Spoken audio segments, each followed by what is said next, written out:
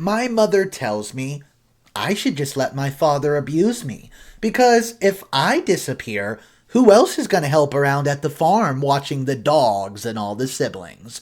Yes, over 40 dogs. My name's Mr. Reddito, and I have a very emotional story for you today. Trigger warning, there is sexual abuse, and this story gets crazy. If you're new to the channel, I present stories every single day.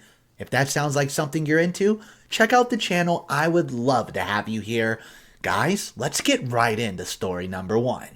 I was in foster care until I was adopted at the age of 8. I was so happy to finally have a family and to be with my siblings who I was separated from in the system. My 2 eldest sisters and older brother in one home. My 3rd eldest sister in another, and my younger 2 sisters and I were in a 3rd home. We never met each other until being adopted, and it was great to finally meet them and live together.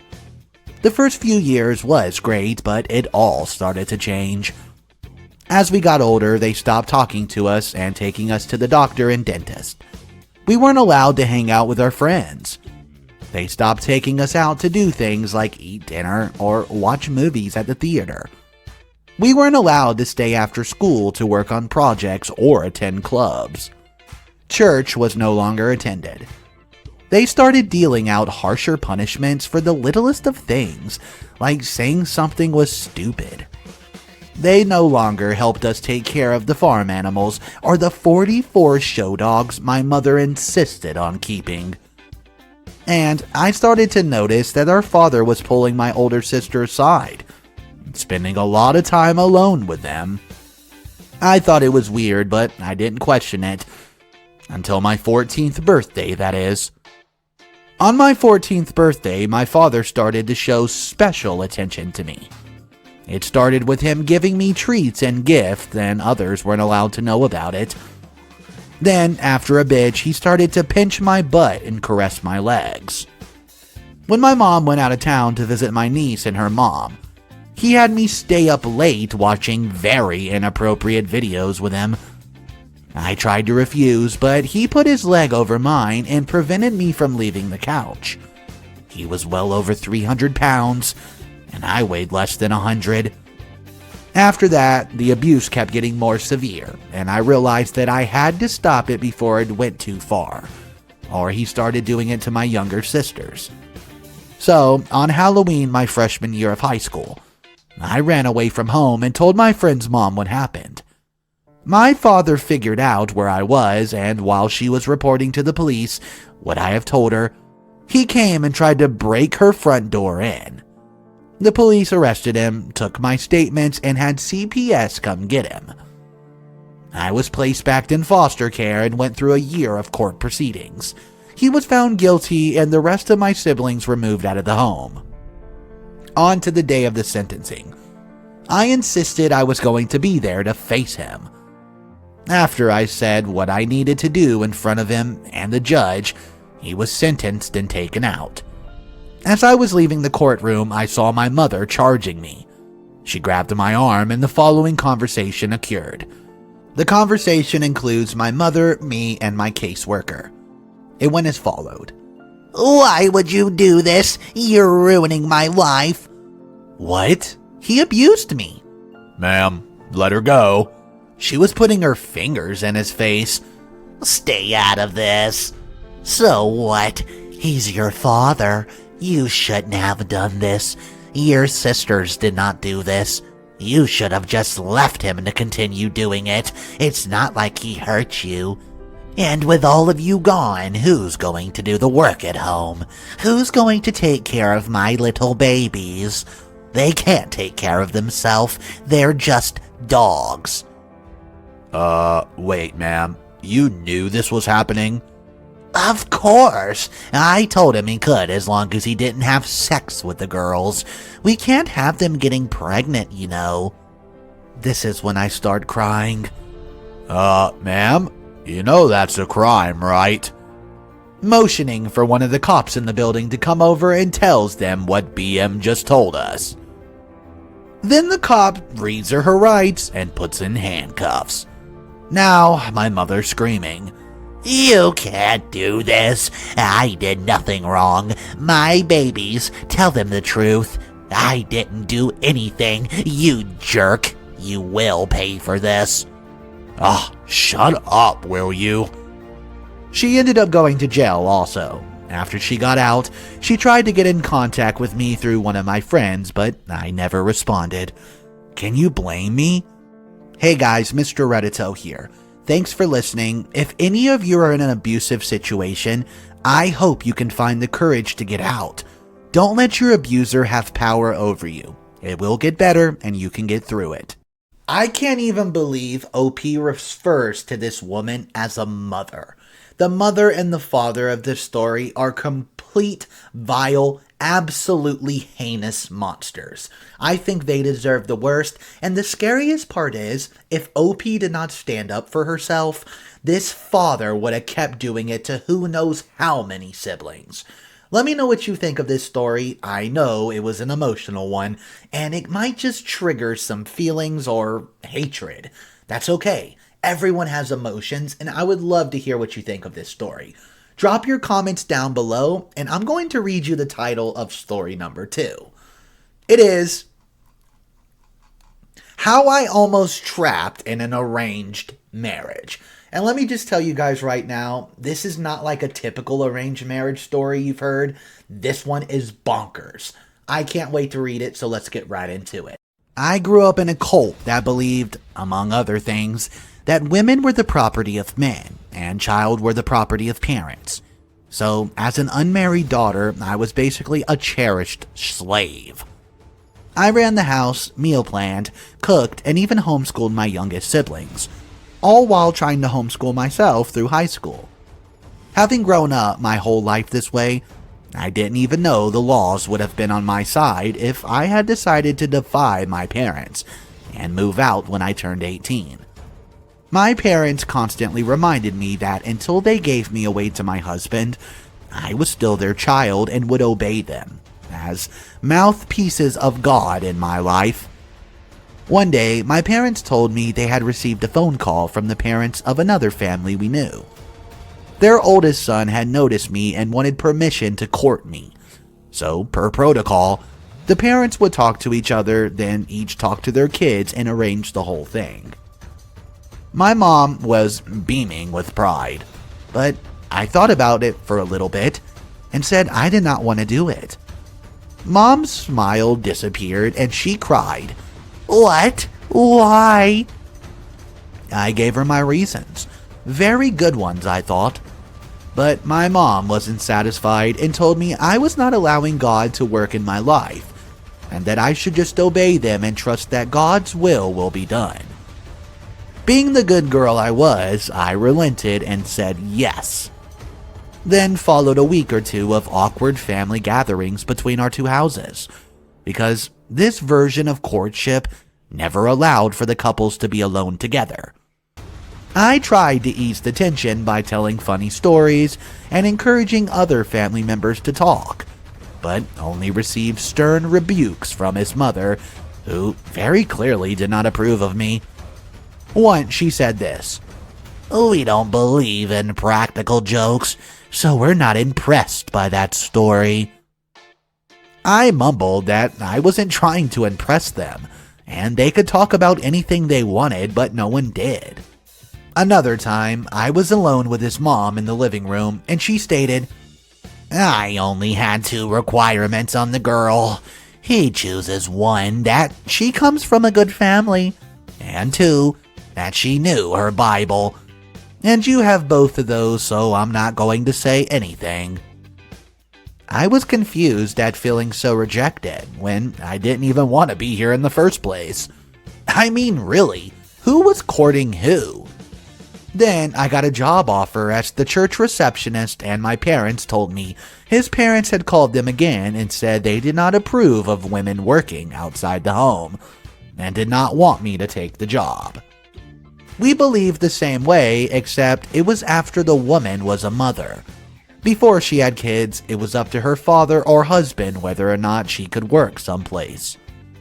This being a strange situation where my father allowed it, but the guy I was courting did not. My parents told me to call him and get his permission. I thought that phone call went well. He basically said he was not my husband yet and I should follow my own family's rules. He did not mind and was okay with it, so I happily accepted the job. The next day, my parents told me his parents had called and canceled the whole, quote, relationship. It felt weird to get dumped without even hearing from the guy dumping you, but it solved my problem, and I moved on a little confused and definitely not in the mood for anyone else to court me. 2 years later, at 19, I still wasn't married, shocker, and his family thought that meant God was saving me for him. This whole scenario repeated itself, but this time my dad insisted that the guy court him first so he could decide if he was even good enough for me before my heart got broken again. Yeah, his words. My dad told them until he made a decision one way or the other, he did not want any of them to contact me and tell me what was going on. The guy decided, quote, no contact could not possibly mean letters.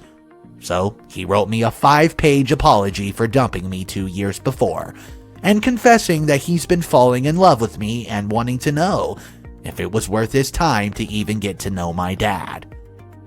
My parents saw his name on the envelope and confiscated the letter before finally deciding it was too late, and they explained the whole thing. I was honestly insulted that a guy I'd barely seen in 2 years would say he loved me, but doubt if it was worth his time to follow my family's requirements to court me, especially after the last time he tried it. His family made me feel like trash. We agreed to meet at a local restaurant and agree on the terms of the relationship and decide if we even wanted to try again. I sat on one side of the table with my parents on either side of me. He sat on the other side with his parents on either side of him. It felt like we had 4 lawyers. His dad immediately starts yelling at my dad for denying his son and saying it was so obvious that I wanted this and he was holding them back. My dad is a quiet man. He sat there like an angry stone while this man yelled at his face in the middle of the restaurant. It got so heated and embarrassing. The guy who liked me excused himself to the bathroom to throw up. While he was gone, his dad also said if we did not accept his son, there might never be another guy to come along and marry me. This made me laugh because I wasn't that desperate to just accept the first guy to ask, just because I was scared no one else would. I didn't even care if I ever got married or not, even though I did not dare tell anyone that. The evening ended with an agreement that we would, quote, pick up where we left off. We thought that meant more courtship. They thought they already had courtship, so now it was an agreement to get engaged. The mistake quickly revealed itself a few days later when another guy friend a new guy, emailed my dad himself and asked permission to court me. My dad told me I should tell the guy I was courting and asked him if I could stay friends with a guy who liked me, but who I rejected. The guy came up with what I thought was a pretty good plan. My dad would tell him I was already courting someone else, and then I could introduce him to some of my other friends, and then maybe he would leave on his own. I thought that was brilliant, and my dad spent the rest of the evening writing a tactful reply to the new guy. The guy I was courting was now aware that I had friends who were not female. Their family believed guys and girls could never just be friends, so I was essentially cheating on him with 20 guys. Yeah, 20. He called me the next morning, 6 days after I agreed to this courtship, and asked my permission to ask my dad's permission to ask me to marry him. Basically, the lamest over-the-phone proposal ever. He said he was in love with me and we did not have to get married right away, but that I would just, quote, be his, and have a ring on my finger so no one can take me away from him. I told him I was flattered that he thought he loved me, and I wished I could say I loved him back, but I don't. I had only been 6 days and I haven't even decided how I felt about him yet. His voice changed instantly, and he angrily snapped, asking if it was still talking about that guy who also liked me. I was shocked. I've never seen this side of him before. I tried telling him that my dad had only just replied to his email, and I hadn't had a chance to introduce him to my friends yet. He said, quote, "That wasn't the plan. We agreed you wouldn't talk to him anymore." I shut him down and said, whoa, whoa, whoa. I'm only doing what you told me to do. We're not even engaged yet. I talk to a lot of guys, and it doesn't mean anything romantic. We're just friends. His voice quieted down, but still sounded bitter, and said, Well, if you can't agree to not talk to any other boys and only talk to me, maybe we shouldn't call this courting right now." Maybe we shouldn't, I replied. We agreed that I would take a week to think about it and call him when I've made my decision. Marry him and forsake all the male friends I've known since I was 5. Or cut off the relationship for the second time. I told my parents what happened, and they tried to convince me to just do what he wanted. But I finally yelled at them for the first time in my life. I was not going to marry anyone I did not love. My dad was angry, but my mom sent me to my room and said we could talk about it later. I had a week after all. I was very sad. The only reason I was considering it was because my parents insisted it was God's will. And I really wanted to do what God said. But at the same time, this family seemed even more strict than my own. And I would also miss all my friends. There was so much to think about. About an hour later, I got 2 calls from this guy's mother, which I let go to voicemail. I did not want to talk to her right then and there. Next thing I know, my little brother came up holding the house phone, saying it was the guy's mom, and she's demanding to talk to me. She scolded me for a long time, saying I've cheated on her son, and that he had called off work this morning because he was worried sick over calling me and asking me to marry him. She all but called me a harlot because of all the guys I was talking to. While I tried to tell her I was not in a relationship with any of them, this is what she said. "You cheated on him. You're in a relationship with every person you meet." Yeah, but not every relationship is romantic. Between guys and girls, yes. For example, my husband's my best friend, and I would never talk to other men, and never would your mother. Oh, yeah, she would. She talks to other men all the time, and she's friends with a lot of people. Well, I'm shocked. I honestly thought better of her than that. She then demanded to know why I needed 7 days to pray about whether or not to marry her son. God doesn't take that long to answer prayers. It sounds like you already know how you feel, and you're just too scared to say it. It should take a day or 2 at most. Look, your son agreed to let me have a week. If he can't do that, the answer is no. Well, let's not be too hasty. I thought, who's being hasty? I wanted a week. She then told me she would go talk to her son and her husband and see what they wanted to do. I hung up the phone and threw it across the room. I've never been accused of anything like that before. I curled up in a ball and cried. My mom heard me and came to see what was wrong. When I told her everything that horrible woman said to me, I stated firmly that I never wanted to see anyone from that family again. She called my dad up, and he was angry for me being accused of being a harlot with all those boys, but told me I was not allowed to make my decision until a week was up, because that's what I was agreeing to. I just silently told myself they could all think what they wanted, but I knew my answer was no, and it would still be no a week from now. He called the family back and told them none of them were to contact me in any way, shape, or form for the whole week, and when I made my decision, he would call them and let them know what it was.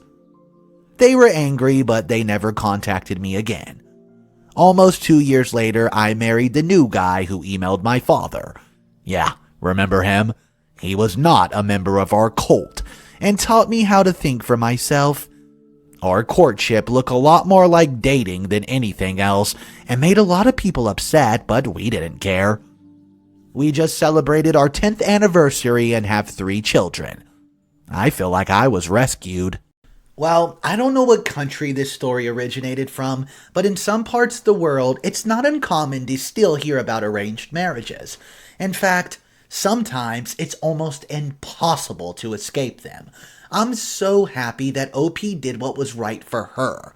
She's now finally happy with someone who truly cares about her, and it's not just a family ordeal. Let me know what you guys make of this story. Do you think it was a happy ending? Or do you think something different could have happened so it wasn't so dramatic? Let me know your thoughts on this. Our final story of the day is about a coworker who waits hours outside after OP's shift just to bum a ride. But that's not where it stops. This isn't the first thing she's done. Here we go, guys. Story number 3. I'm a 19-year-old female and I work at a library. I work in the children's department along with older coworkers who are 30s and 50s, as well as other teenagers. I've been working there since high school, which is how I know Melanie. She's 18 female. To put it bluntly, Melanie and I are not friends. We used to be friendly back in high school as we had a couple of the same friends, and we've been working at her job for years. I would definitely not call us friends currently though, due to Melanie's attitude. She's that type of person who will ask for a favor and if you refuse, she'll act like a complete jerk.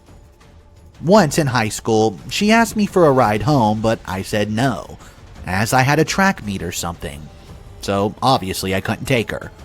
She huffed and puffed and stormed off, glaring at me for like a week before she came back like nothing happened and asked me for a ride home again. It's clear that she doesn't really use us or see us as friends, as when we work together, she'll ignore me completely or just stare at me, only talking to me if it's something involving our job or if she needs something. If she needs something from me, then suddenly we're best friends, and she'll chat with me like nothing's happened. So yeah, I don't really like her. Now, to the main story. I came to work yesterday afternoon, like 2:30ish. Melanie was there. Our shifts alternate slightly, where there's like an hour where the two of us are both working before she leaves and I continue the shift. I haven't seen her since we graduated, so we spent a few minutes catching up. She then asked me if I could take her home after her shift ended. I was obviously confused as I still had hours to go before I was done with mine, and I told her such. She then implied I could use my break time to drive her, and I honestly laughed out loud because I thought she was joking. Our breaks are 15 minutes long. It would take 30 minutes to drive there and 30 back from home without traffic. Realistically, it would end up taking 60 minutes because of how traffic is in our area. B, who wants to spend their time off driving someone home? Melanie was shockingly not joking though, claiming that it would be doable and that she, quote, really needed the ride, because she had to be home with her mom and her mom couldn't take her. I said no, sorry, but that's not happening.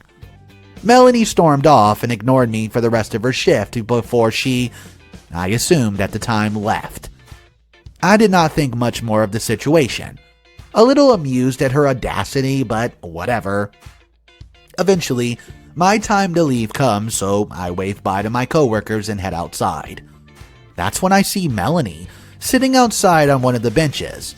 She immediately perked up after seeing me, running over while I just looked at her. You're leaving, right? Can you give me a ride? I was shocked. I flat out asked her if she's been waiting for practically 4 hours for me to leave after I said no.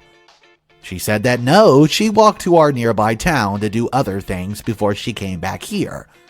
But in my opinion, that still counts as her waiting for me to drive her. I was creeped out and honestly pissed off, since it felt like to me she was trapping me and playing the "you're leaving so you can take me too" card. It took everything in me not to yell or even book it to my car. I calmly told her I had plans after work. No, I could not take her. And honestly, it was insane that she would just wait around for me and assume I would take her instead of getting the message and calling someone. She just stared at me. I think she was shocked I actually stood up to her. With that, I walked to my car and drove off. I really hope she never tries to do that to me or any other of our coworkers. To be honest, it's creepy. I think the simplest way to go about this is to report Melanie's behavior. She's a complete red flag and goes against any rules in the work establishment. She's basically harassing OP. I mean, waiting outside for 4 hours while OP does her shift. She could have probably walked home in less time. What do you guys think of this behavior? Do you think it's a sign for something worse down the road? Or is Melanie just not all there? I would love to hear your thoughts. Drop your comments down below. Guys, that's the only stories that I have for you today. But if you did enjoy it, show some support and love for the channel. Smash that like button, subscribe to the channel, because here at Mr. Reddito, it's always cool to be kind. I love you guys, have a great night, and I'll catch you tomorrow.